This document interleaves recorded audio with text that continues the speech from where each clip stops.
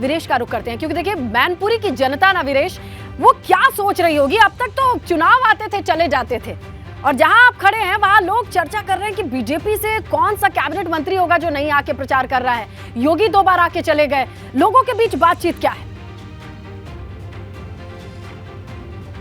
देखिए, लोगों के बीच जैसा कि समाजवाद और परिवारवाद की बात हो रही थी, तो यहाँ परिवारवाद कोई मुद्दा ही नहीं है। जैसा कि नितिन बता रहे थे, कहा जाता यहाँ पर है कि समाजवाद यानी समाज की पहली इकाई परिवार है, तो परिवार तो सबसे मजबूत इकाई है समाज की, इसलिए परिवारवाद तो केवल भारतीय जनता पार्टी का प्रोपेगेंडा है, ऐसा यहाँ समाजवादी पार्टी के कार्यकर्ताओं नेताओं का कहना है। इसलिए ये कोई मुद्दा नहीं है, और समाजवादी पार्टी का जो डीएनए है वो परिवारवाद ही है, और परिवारवाद ही उसकी ताकत है, यही उसका संबल है। उसी परिवार को एक करने की बेचैनी यहाँ समाजवादी और कार्यकर्ताओं के बीच में थी कि चचा भतीजा एक हो जाओ, और ये जब एक हुए हैं तो इनका उत्साह और इनका जो कॉन्फिडेंस लेवल है वो बहुत ही हाई है। हाई इस लिहाज से है कि ये सब एक हो जाते हैं तो फिर यहाँ पर कुछ बचता नहीं है, ऐसा दावा है। लेकिन कुल मिलाकर माहौल तो यहाँ पर जहाँ पर मैं खड़ा हूँ, ये जसवंत नगर है। जसवंत नगर कहा जाता है कि अगर उत्तर प्रदेश समाजवाद की सबसे बड़ी भूमि है और समाजवाद की भूमि में सबसे महत्वपूर्ण भूमि अगर कोई इटावा है, तो इटावा में जसवंत नगर इस पूरे प्रदेश और इस देश का सबसे मजबूत किला और गढ़ है। हालांकि ढहाने को तो भाजपा ने बहुत कुछ ढहा दिया, कन्नौज भी गढ़ था, बदायूं और सब कुछ गढ़ ही था, आजमगढ़ भी गढ़ ही था, रामपुर भी गढ़ ही था। लेकिन इस गढ़ को दरकाने के लिए भारतीय जनता पार्टी ने अपने सारे रणबांकुरों को उतार दिया है, और मैनपुरी में जो यादव परिवार है, जो शाही परिवार के तौर पर जाना जाता है यहाँ पर, और उसके प्रति एक आदर और सम्मान का भाव यहाँ के पार्टी के नेताओं और कार्यकर्ताओं में और यहाँ के जमीन के लोगों में जरूर है। क्योंकि एक एक कार्यकर्ता और नेताओं को सुनता है, आपको याद होगा कि जब फॉर्च्यूनर आई थी नई तो सबसे ज्यादा उसकी बिक्री इटावा मैनपुरी में हुई थी। इसलिए कार्यकर्ताओं को मजबूत करना, उन्हें एक तरीके से लामबंद करना, ये शैली थी मुलायम सिंह यादव की और ये ताकत थी मुलायम सिंह यादव की। इसीलिए उन्होंने दर्शन सिंह यादव से लेकर बलराम यादव और बलराम यादव से लेकर अजीत सिंह, चौधरी अजीत सिंह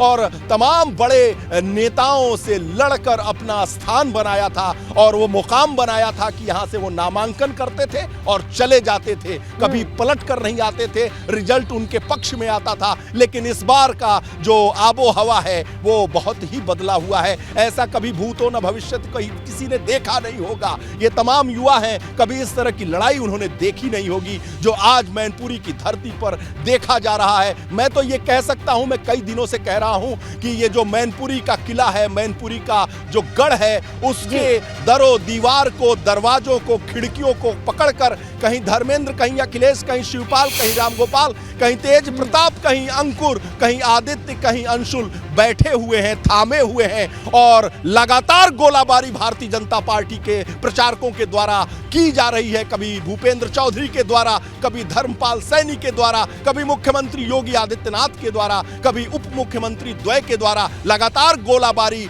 जो अपने शब्दों के बाण छोड़े जा रहे हैं। और ये लोग उस किले को हर तरीके से बचाने की कोशिश कर रहे हैं कि कहीं दरक न जाए, कहीं खिसक न जाए, कहीं ढह न जाए। इसलिए इस किले को बचाने के लिए, अपने अस्तित्व को बचाने के लिए 1992 के बाद से समाजवादी पार्टी की स्थापना के बाद सबसे मुश्किल दौर से गुजर रहा सैफई परिवार, मुलायम सिंह यादव के निधन के बाद, उनके स्वर्गीय होने के बाद जिस तरीके से चुनौतियां भारतीय जनता पार्टी ने मैनपुरी, सैफई, जसवंत नगर, करहल और भोगांव और किसनी और मैनपुरी की धरती पर दी है, ऐसा चुनौती कभी ने मिला नहीं। इस बात का एहसास डिंपल को भी है, अखिलेश को भी है और सबको है। इसलिए कोई ऐसा गली, कोई ऐसा कार्यकर्ता, कोई ऐसा नेता, कोई ऐसा वर्ग, कोई ऐसा समाज, कोई ऐसी जाति नहीं होगी जिसका सम्मेलन न कर रहा हो यादव परिवार, सैफई परिवार, और हर बिरादरी में जाने की कोशिश की जा रही है। और स्टार प्रचारक यहां अगर देखा जाए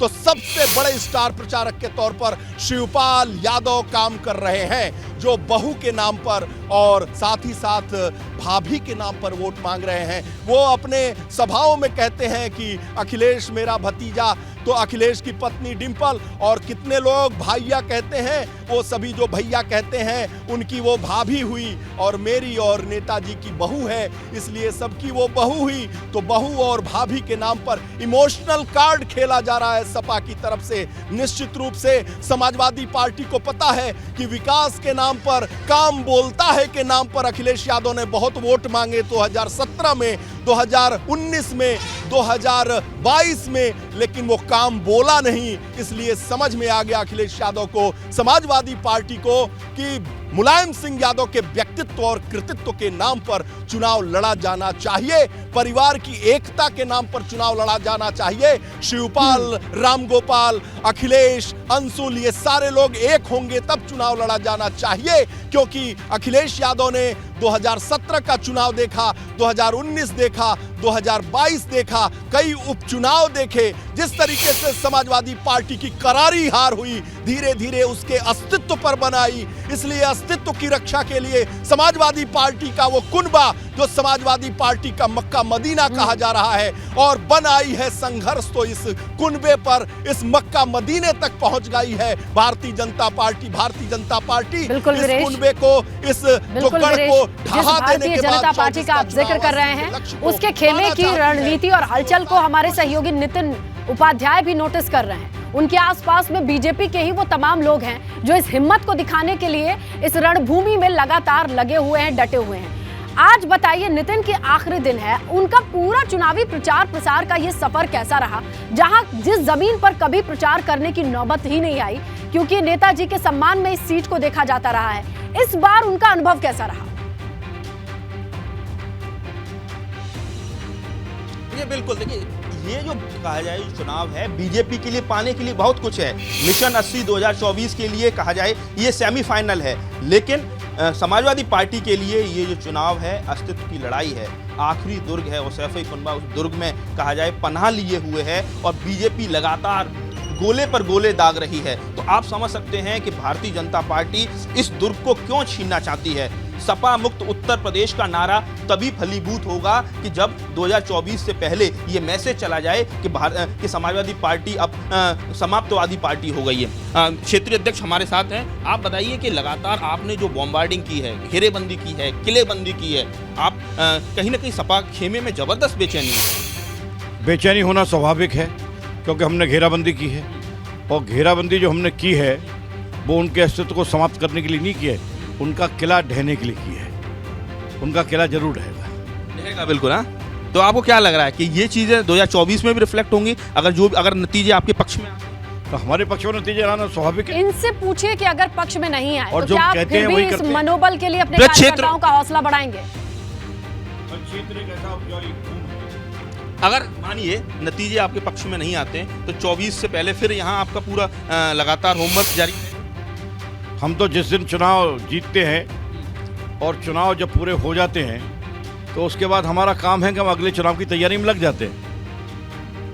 बहुत दिनों से नजरें थी आपकी मैनपुरी, जब आप 94,389 वोटों से प्रेम सिंह शाह के हारे थे तो आपको ये लग रहा था कि ब्रज क्षेत्र में केवल मैनपुरी ही क्यों हारे, क्योंकि बदायूं और फिरोजाबाद जो 14 में जीते थे वो भी आपने छीन लिए थे। तो कहीं ना कहीं पुरानी तैयारी आप लोगों की चल रही है। अरे भाई, ब्रज क्षेत्र में 13 लोकसभा है, 13 में से हम 12 जीत चुके हैं और 13 में जीतने जा रहे हैं। पूरा सेफ्रॉन, पूरा भगवाकरण करने जा रहे हैं। भगवाकरण तो रहेगा। वो नेताजी के नाम पर वोट मांग रहे हैं, वो संवेदनाओं के नाम पर, वो सहानुभूति के नाम पर, वो विकास के नाम पर वोट मांग रहे हैं। तो आपको लग रहा है काउंटर दे पा रहे हैं? हम काउंटर दे पा रहे हैं। वो विकास के नाम पर वोट मांग रहे हैं, उन्होंने विकास किया नहीं, विकास किया गुंडों का। जमीनों पर कब्जा करने के बाद में उन्होंने अपनी संपत्ति बढ़ाने का काम किया। ऐसी कोई जमीन बची है उधर इटावा से लेके और इधर फिरोजाबाद? कल समाजवाद की नई परिभाषा दी मुख्यमंत्री जी ने, थोड़ा विस्तार से बताइए। शिवपाल का समाजवाद आपने बोला जिसकी लाठी उसकी मैच, जनता ये जानना चाहती इसका मतलब क्या है? जहां दबाव की राजनीति हो और लाठी के सारे लोग राजनीति करते हों, अपने ही परिवार में रहते हुए समाजवादी पार्टी के जो लोग हैं उनके शायद भी कोई रियायत नहीं करते हों, उनकी बकरी और भैंसें चोरी होते हों, आजम खां की तो मिल जाती है, इन बेचारे गरीबों की क्यों नहीं मिलती? ये सब धरती गोपाल की, राम गोपाल की समाजवाद को पूंजीवाद का मुख्यमंत्री जी नाम दिया। तो क्या लग रहा है, भूमाफिया कहना चाह रहे थे क्या? प्रत्यक्ष रूप से या अप्रत्यक्ष रूप से ये कहना स्वाभाविक है कि माफिया तो हैं, भूमाफिया भी है, इसके अलावा और भी माफिया हैं। बिल्कुल, देखिए समाजवादी नितिन कहने के लिए राजनीति, और जनता को कहीं ना सुनने कहीं के लिए आपने बस बोला। 5 बजे तक का वक्त है और तो ये उनका अंतिम पेशा है राउंड है भाई। और पूरी तैयारी के बाद अब सब कुछ प्रचार करने के बाद जनता के हाथ में सौंपना ही होगा और मैनपुरी की जनता भी समझ जाएगी और अब तक समझ चुकी होगी कि उन्हें किस तरफ जाना है। फ्लोटिंग वोटर्स कितने होंगे ये देखना जरूरी है।